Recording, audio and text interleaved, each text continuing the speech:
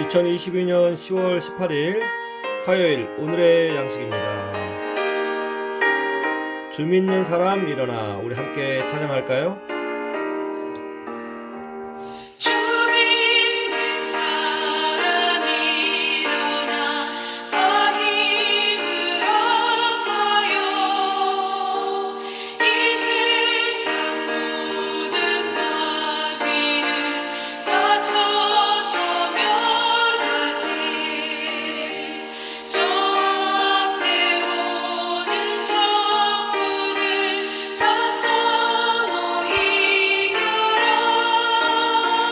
주 예수 믿는 이름으로 온 세상 이기네. 믿음이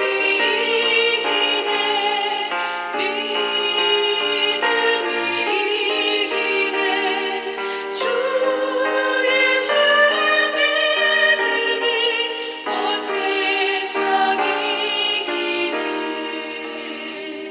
온 인류 만이 괴율로 큰 죄에 빠지니 진리로 띠를 띠고서 늘 기도드리세.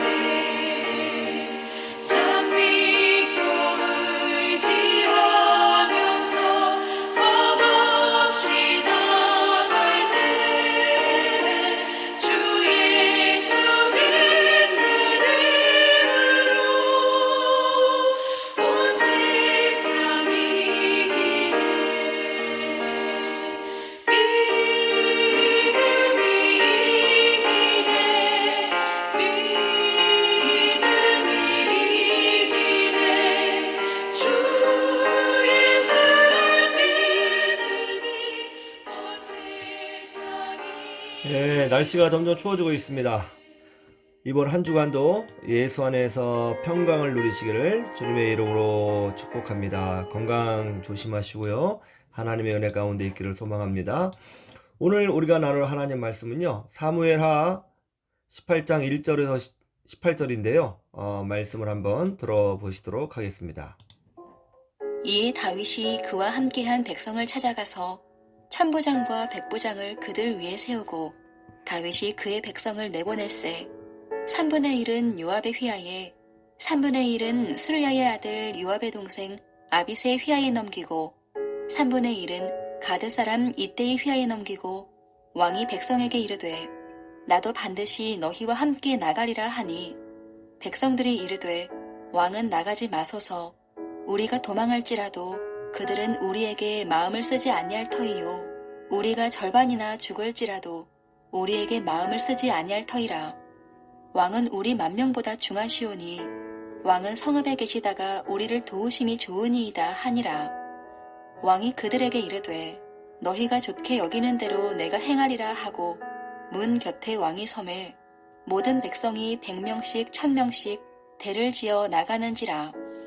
왕이 요압과 아비새와 이때에게 명령하여 이르되 나를 위하여 젊은 압살롬을 너그러이 대우하라 하니 왕이 압살롬을 위하여 모든 군 지휘관에게 명령할 때에 백성들이 다 들으니라.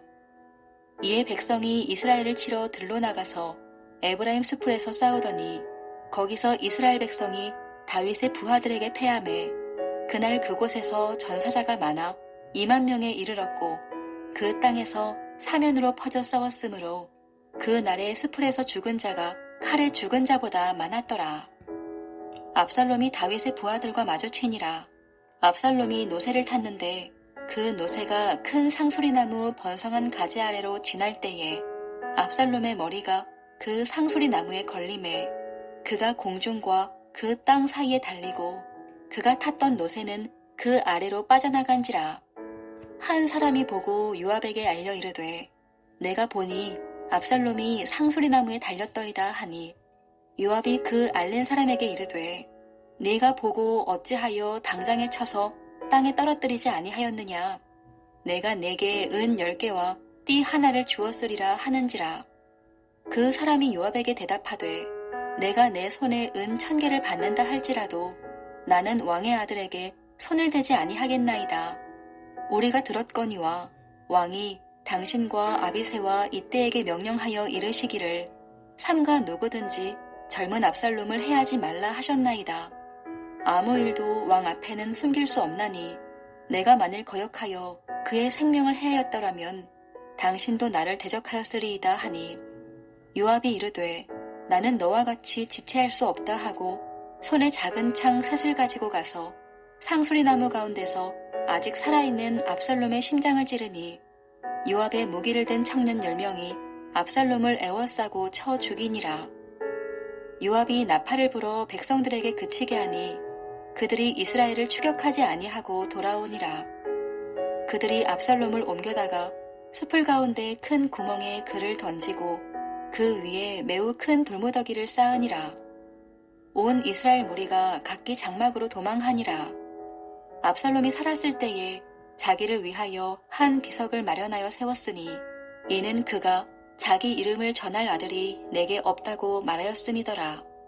그러므로 자기 이름을 기념하여 그 비석에 이름을 붙였으며 그 비석이 왕의 골짜기에 있고 이제까지 그것을 압살롬의 기념비라 일컫더라. 압살롬이 아버지 다윗을 반역했습니다. 그래서 쿠데타를 일으켰어요. 압살롬이 아버지 다윗이 살고 있는 예루살렘 성으로 쳐들어갔습니다. 다윗은 아들의 갑작스런 공격에 어찌할 바를 모르고 허둥대다가 도망치듯이 예루살렘 성을 빠져나와야 했죠. 자, 그런데 이것이 전부가 아니었습니다. 나중에 전열을 가다듬은 다윗 사람들과 또 지금 아버지를 쫓아내고 왕위에 앉아있는 압살롬 군대 사이에 큰 전쟁이 일어났습니다. 그런데 전쟁을 하기 전에 이제 다윗이 이제 그 장군들이 3명이었거든요. 요압과 아비새와 이때의 장군이었는데, 그리고 이 장군들에게 부탁을 합니다. 그리고 여러 백성이 다 듣는 데서 간청합니다. 내 아들 압살롬은 좀 죽이지 말고 살려주시오. 아직 어려서 행한 짓이니까 잘 몰라서 그런 거니까 좀 전쟁할 때 내 아들만큼은 좀 보호해 주시오. 그렇게 이제 간청을 했거든요. 이제 전쟁이 아주 격렬해졌습니다. 결국은 압살롬의 군대가 아주 처참하게 깨져요. 이제 뒤에서 군대를 지휘하던 압살롬이 이제 다윗의 군대가 자꾸 치고 들어오니까 노새를 타고 도망갔단 말이에요. 한참 도망가는데 이게 웬일이에요? 압살롬의 머리카락이죠. 머리가 나무 가지에 걸려버린 거예요. 압살롬은 긴 머리를 가지고 있었거든요. 여성처럼 머리가 아주 비단결처럼 좋았다고 되어 있습니다. 그것을 이제 전쟁이니까 위로 막 이쁘게 쌓아 올렸겠죠. 머리가 기니까. 근데 그 도망가다가 그 머리가 이제 나뭇가지에 탁 걸린 거예요. 노새는 그 밑으로 빠져나가 버리고 대롱대롱 매달리게 된 것입니다. 그때 누군가가 요압 장군에게 이 사실을 보고합니다. 장군님, 압살롬이 나무 위에 걸려 있습니다. 어떻게 걸려 있느냐? 그 머리가 나무에 끼어서 대롱대롱 매달려 있습니다. 그러자 요압 장군이 묻죠. 그거 가만히 뒀어? 죽여야지. 걔 죽였으면 내가 너한테 상금 줬을걸? 그러자 그 부하가 말합니다. 장군님, 다윗 임금님의 말씀을 못 들으셨습니까? 아들 압살롬만큼은 절대로 해하지 말라고 부탁하셨잖아요. 그러자 요압이 말을 합니다. 야, 너 모르냐? 지 아버지를 죽이려고 했던 놈이야. 반역자라고. 하나님도 그런 놈은 용서하지 않으신다고. 알았어, 어디 있어? 내가 죽일 거야. 그래가지고 요압이 압살롬을 찾아갑니다. 보니까 압살롬이 대롱대롱 매달려 있거든요.